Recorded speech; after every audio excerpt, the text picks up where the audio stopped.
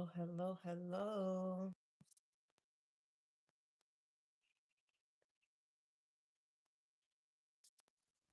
Like the title says, we're going to talk about why I set boundaries with my father and how it has impacted my journey in self love and being a natural girl, and some of the things I've realized since doing it, because it has been very impactful, a very pivotal move on my journey so far. And these past, as time has gone by, as I begin to process and to think about it some more, I'm realizing how pivotal it actually is. So I wanted to make sure that I talked about this because it has been like a weight lifted off my shoulders. So many ideas and ways of being have been solidified in my life. So I'm excited to share that. My allergies are bothering me, so excuse me. But I think, and another reason why I wanted to make sure that I spoke about this on my channel is because being a natural girl, essentially to me, that means you are becoming in alignment with who you truly are. And that means spiritually, that means your connection to all that's around you, nature, other people, etc. Allowing yourself to create whatever you're here to create, allowing yourself to do that, allowing yourself to act on your talents and your ideas, and allow yourself to just live life authentically and fully. That's what being a natural girl means to me. And I feel like when you are experiencing things that take you on an emotional roller coaster, that takes energy from you, whether it be mentally, emotionally, spiritually. It takes away from you pouring into you. It takes away from you sharing your gifts and focusing on yourself. So I think that it's important to discuss things like this because healing is an essential part of becoming your authentic self. I think so. I feel like my mission in life is to uh, assist people in embracing their pain, embracing their darkness, because from that, you get beauty, you get love, you get truth, you get authenticity. So recently, I experienced something that with my father that has been something I've been continuously experiencing for a while. It's this wound that is consistently poked and reopened. Honestly, it's not reopened. It's more of like you ever had a cut that was really bad, but it never really healed for a while. And every time you touched it, every time you bumped it, it was painful. That's basically what this was for me.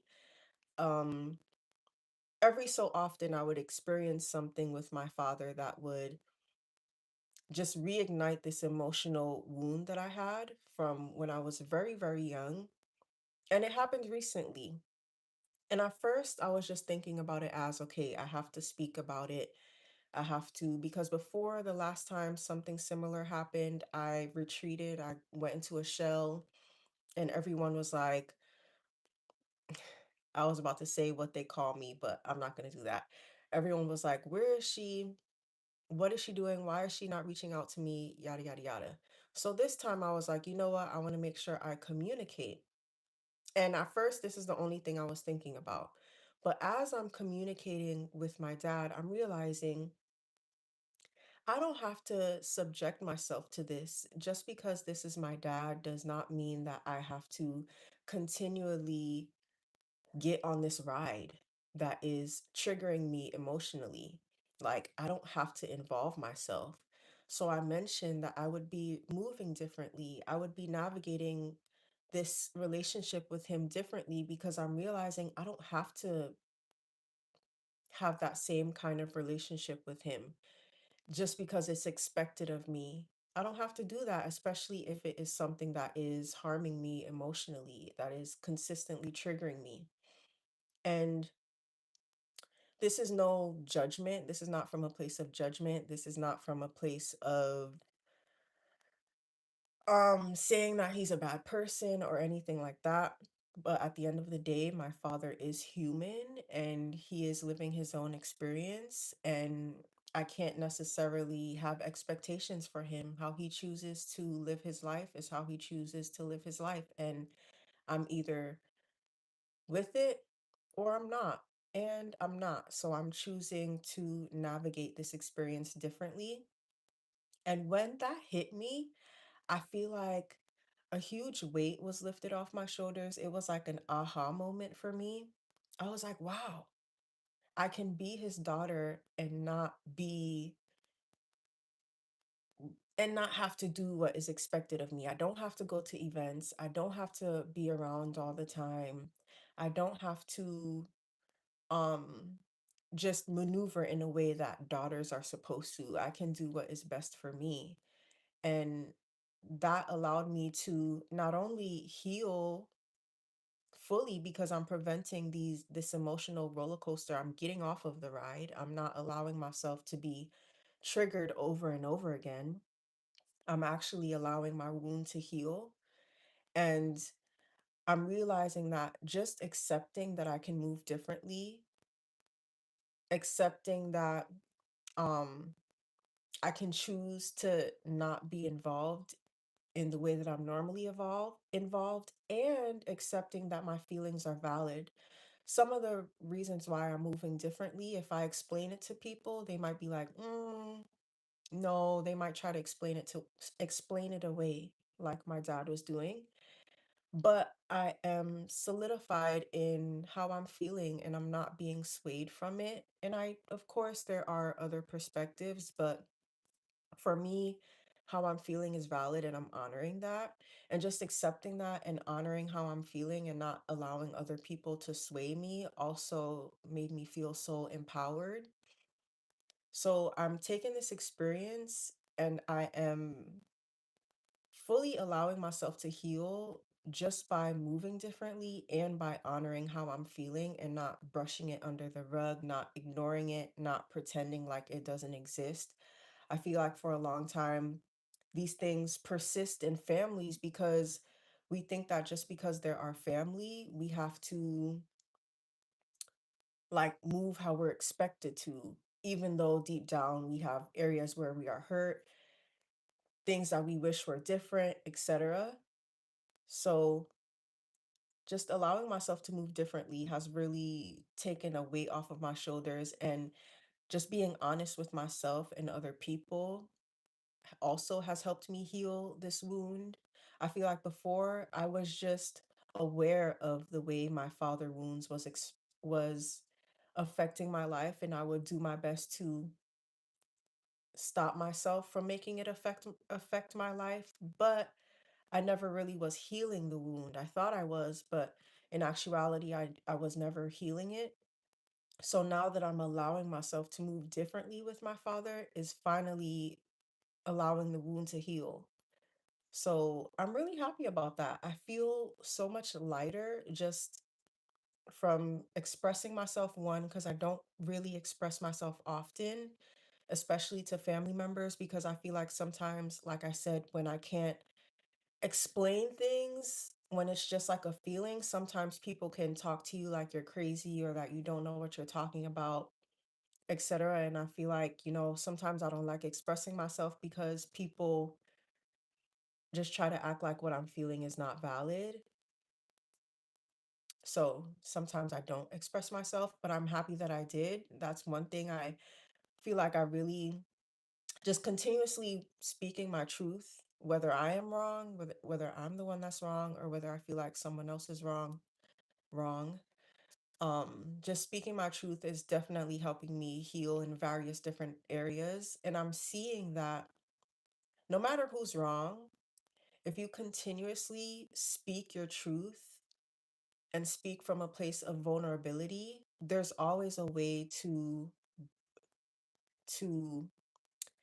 correct the wrong in a sense if the other person is open. I feel like if you're always being truthful and honest and vulnerable, nothing is nothing can't be like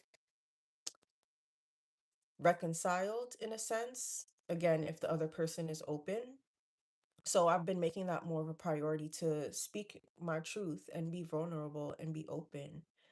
Also, another major lesson I learned from this experience, and again, this was like an aha moment, like my brain was like, whoa.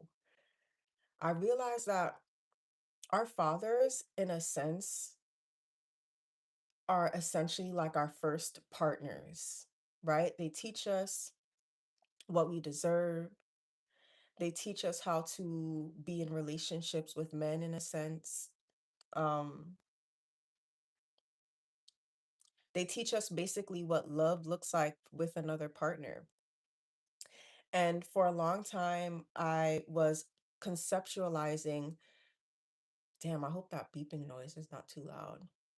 But for a long time, I was conceptualizing the way that my father treated me was basically linked to how I should feel about myself, my worth, what I deserved, and I would carry that into my relationships.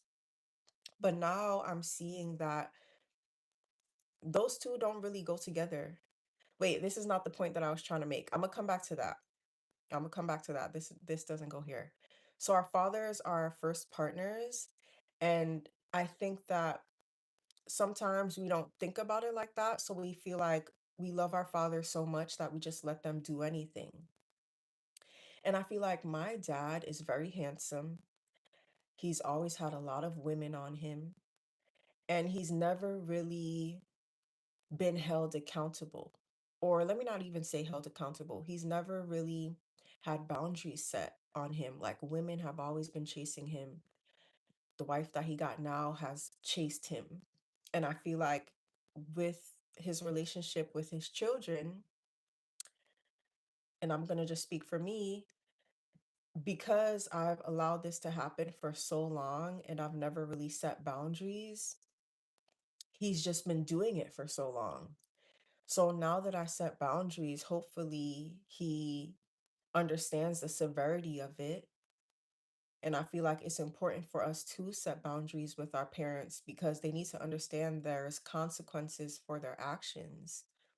And setting boundaries with my dad kind of felt like I was setting boundaries with someone that I was dating or someone I was in a romantic relationship with. Having that connection, having that correlation helped me see how important it is to set boundaries in relationships. And it also helped me see it helped me, it helped make it easier for me to set boundaries in other relationships. Like if I can set boundaries with my dad, I can set boundaries in other relationships. And but yeah, I don't really know how to fully express it, but I do believe that our dads are like the first kind of relationships with the other sex or the other gender that we have, the masculine energy that we have in our lives. So using that as a model for our other relationships is important so that we continuously learn how to maneuver in those other relationships. So whatever you do with your dad is going to be easy for you to do with your romantic relationships. So that's something that I thought about and that was clear to me. Like, okay, however I'm moving with my dad, it's going to be like how I'm moving in my other relationships. So me setting my boundaries with my dad, it became even more clear to me why I needed to do it because it reinforces me setting boundaries with the men that I date or the relation whenever I'm in a relationship. So now let's get into me finally healing the wound of wanting to be chosen. And this is a wound that's going to take some time. Like this whole father thing is going to take a while to heal, but now I fully understand what it takes to heal and what I have to do to heal. So that's a major key that I didn't have before. But now it hit me that I don't need to be chosen by him, and I don't need to link my worth and what I deserve to my father.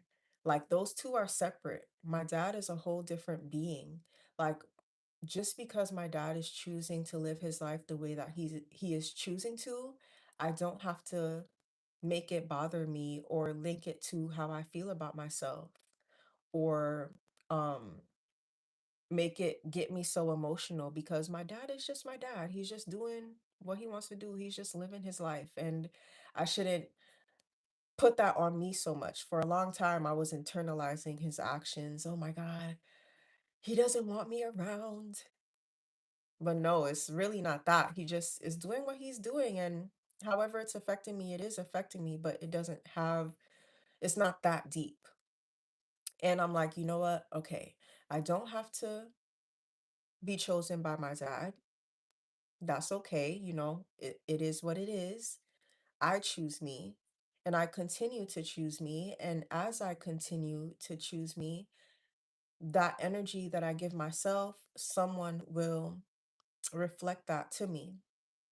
So I finally understand how to heal that part of me as well. Like before, I kind of was familiar with the concept that not being chosen by your parent affects you wanting to be chosen in your romantic life. I understood it. Okay, I got it. But now it's like clear to me like, okay, why does this bother you so much? It doesn't have to. This is a man, a grown man living his life, and you are a grown woman living your own life, and all you can do is take control of your life and do your best to do better for your children and put energy into yourself so that you can attract someone that chooses you. So that is like a big aha moment for me. Those two things were huge aha moments for me. And I feel like a lot of women, and I don't want to say especially Black women because I don't know the statistics, but I'm going to say it anyway. A lot of Black women have father wounds that is really affecting how they show up, really affecting how they get into relationships and the different relationships that they get into. And I feel like this wound alone, when you heal it, it's just like so freeing. And I love that. And that is one of the main reasons why I wanted to share that. And I am so proud of myself for advocating for myself and setting boundaries with someone that I love deeply because this was definitely hard. Like communicating something that you don't really have proof for, even though even though I have proof, but some people don't see it the same, right? Anyway, advocating for myself can be difficult, but I'm doing it more and more. And just setting boundaries with someone that you wish it could be in a different way that you value is difficult as well. But I'm really proud of myself because doing that, I know that I can protect myself any way that I need to and just keep myself safe. And that is really the goal right now is to keep myself safe. I have no room or bandwidth for anything that emotionally is too much. If I think about it too long, I am most likely going to remove myself.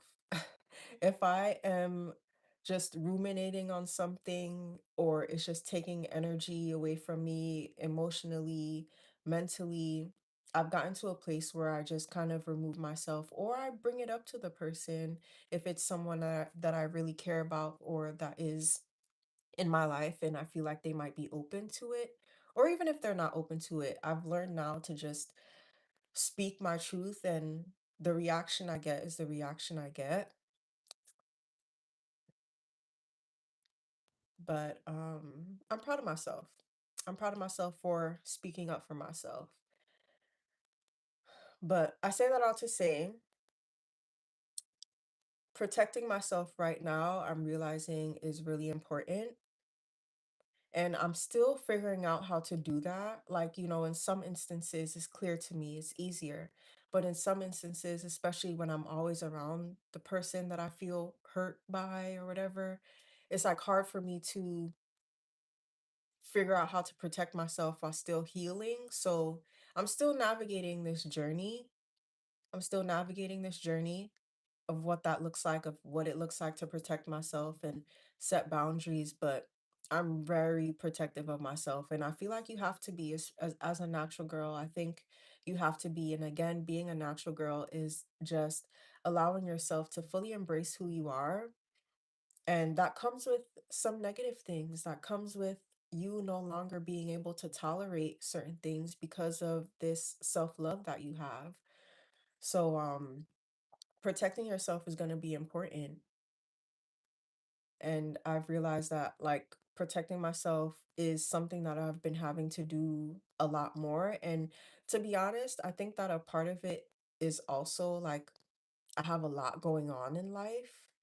And because I have a lot going on in life, I have to be me showing up for myself is kind of taking a lot of energy. So when there's things going on that I just don't really have the energy for, that I don't really need in my life, I kind of just been cutting it off pretty quickly or separating myself as best as I can pretty quickly just to protect myself. And sometimes I don't know if I'm doing it all the way correctly, to be honest, but I do know the importance of protecting myself and channeling my energy into myself. One thing I did read recently is that when you have scattered energy, you're wasting some of your energy on things that is not pouring into you, and that is slowing down you receiving what it is that you desire. So I've kind of just been cutting things off pretty no matter who it is. Honestly, you see, I just kind of low key cut my dad off. No, I didn't cut him off, but I'm not as accessible or available. And I love him though. I love him, but it is what it is. I have to protect myself. So that is all for my live today. Is there anything else I wanted to say? No, that is it. Thank you. Thank you for tuning in. But thank you guys. I will be back tomorrow. I do plan to go live 3 times a week. I am sticking to this schedule. So I'll be back tomorrow, and tomorrow I'm going to be talking about my new productivity hacks, what I've been doing to help me be productive and help me achieve what it is that I desire, but doing it in a feminine way. I've been wanting to talk about this for a while because I finally got the gist of what that looks like for me, but I'll be back tomorrow. Bye, guys.